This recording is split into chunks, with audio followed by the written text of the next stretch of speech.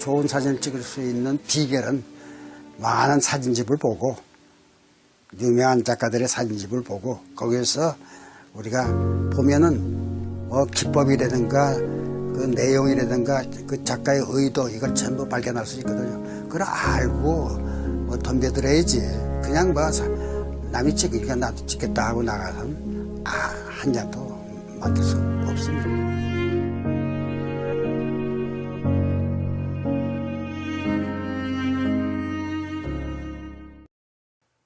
자, 여러분 안녕하세요. 용인시 처인구에 사는 사진파파 인사드립니다. 2009년도 5월경쯤 찍힌 사진입니다. 사진에 대한 정보를 확인하실 수 있죠. 일단은 설명해 드리자면 니콘 D80이라는 바디였고 크롭 바디였습니다. 굉장히 그런데도 지금 보시면 이 사진의 선회도가 굉장히 좋습니다. 이렇다는 거예요, 여러분. DSLR이 갖고 있는 매력이죠. 무심촌이라는 곳이에요. 청주에 무심촌이라는 곳이 있어요. 지금은 아마 이렇지 않겠죠. 지금은 더 발달했을 것 같은데 일단 원본을 먼저 보여드려 볼게요. 자, 이게 원본입니다. 크로핑하지 않은 사진입니다. 이 원본 자체가 이래요. 원본 자체를 이렇게 찍었습니다. 그리고 비교해 보시면 알겠지만 색감 조정한 거 말고는 없죠. 그죠? 저는 사실 크로핑 할 거라고 생각하고 대충 찍지를 않습니다. 애초부터 크로핑을 한 상태로 찍어요. 물론 단렌즈를 찍다 보면 그런 불편한 점들이 있겠지만 지금 이 사진을 촬영할 때 당시에는 시그마 아마 렌즈였던 것 같아요. 크롭 렌즈였던 것 같은데 정확히 렌즈군이 기억나지는 않습니다. 지금 보시면 제가 어느 정도로 사진 보정을 안 하는지 한번 보세요. 지금 이 다리 위에 여기 뭐가 붙어 있죠. 이게 무슨 휴지인지 뭔지 모르겠어요, 저도. 이런 게 붙어 있는데 이거 사실 지우기 쉽잖아요. 저 안 지웁니다. 이게 사진의 리얼리티예요. 이게 옥에 튀다라고 생각하시는 분들이 있겠지만 저는 그렇게 생각하지 않아요. 여기 아마 껌이 붙어 있었고 또는 아마 줄이 하나 매달려 있었어도 그냥 뒀을 거예요. 그런 것들이 리얼리티의 힘이라는 지난 강의에서 말씀드렸고요. 지금 이 사진을 찍게 됐던 건 사실 이 무심천 주위를 촬영할 만한 것들이 무엇이 있을까 하고 돌아다니다가 어린아이와 할아버지의 갈등하는 모습처럼 비춰지는 장면이 저에게 나타났었고 그 당시에 제가 느꼈던 건 저 갈등하는 모습이 굉장히 제 눈을 사로잡았었어요.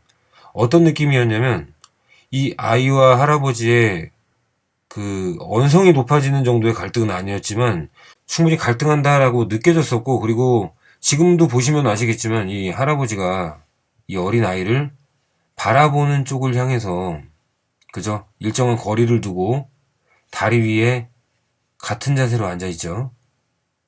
이 아이는 목을 만지고 있고 손목을 이렇게 소매를 만지고 계시는 건지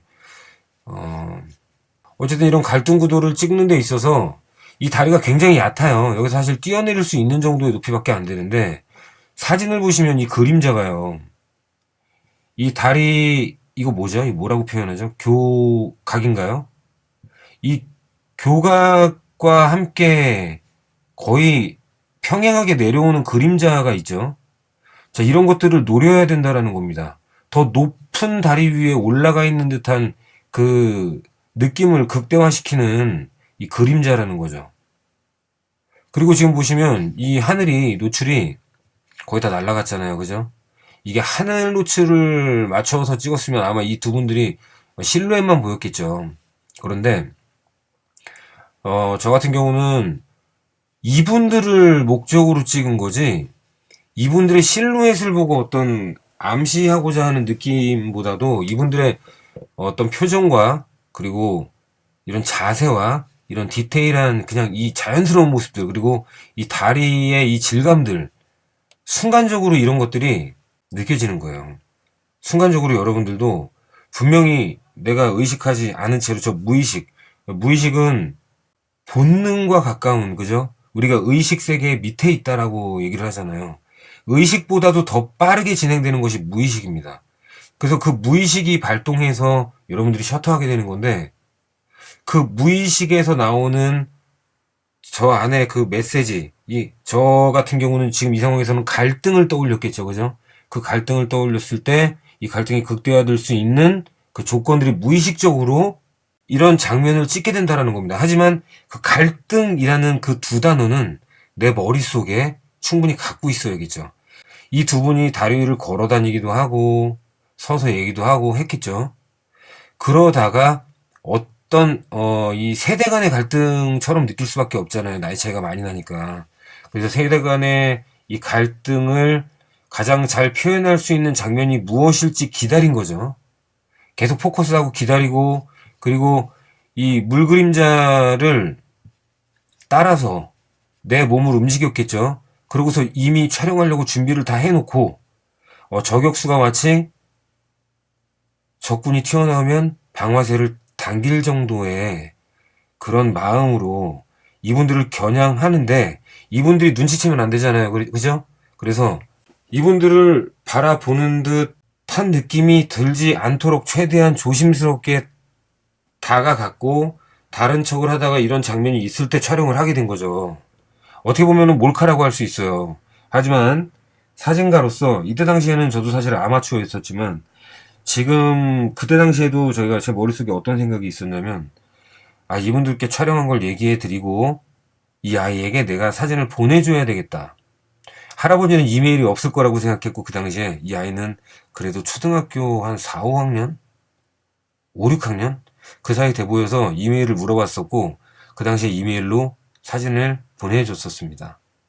그러니까 엄밀히 말하면 도찰이었지만 이분들께 촬영하고서 양해를 정중히 구했던 겁니다.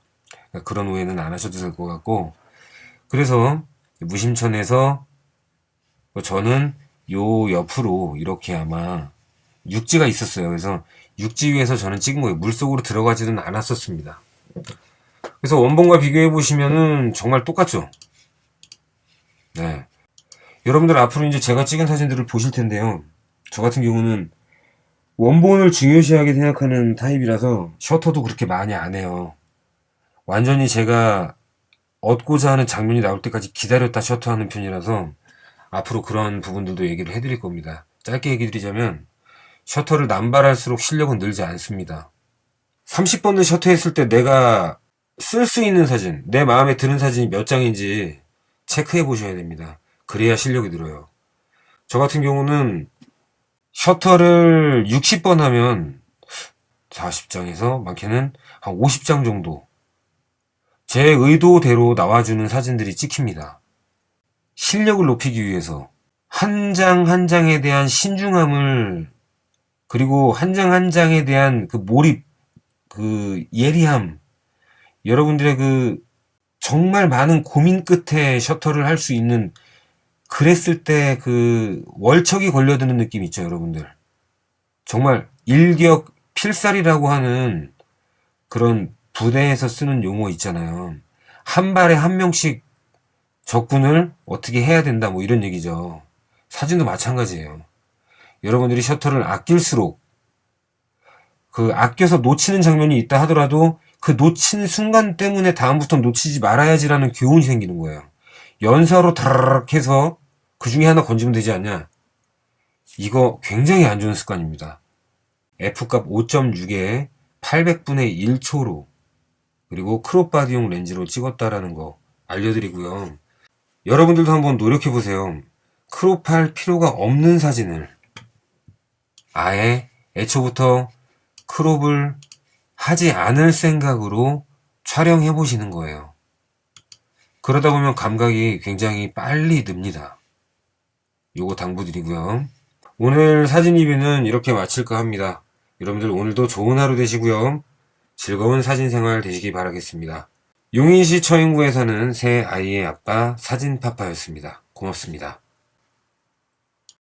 좋은 사진을 찍을 수 있는 비결은 많은 사진집을 보고, 유명한 작가들의 사진집을 보고, 거기에서 우리가 보면은 기법이라든가 그 내용이라든가 그 작가의 의도, 이걸 전부 발견할 수 있거든요. 그걸 알고 덤벼들어야지.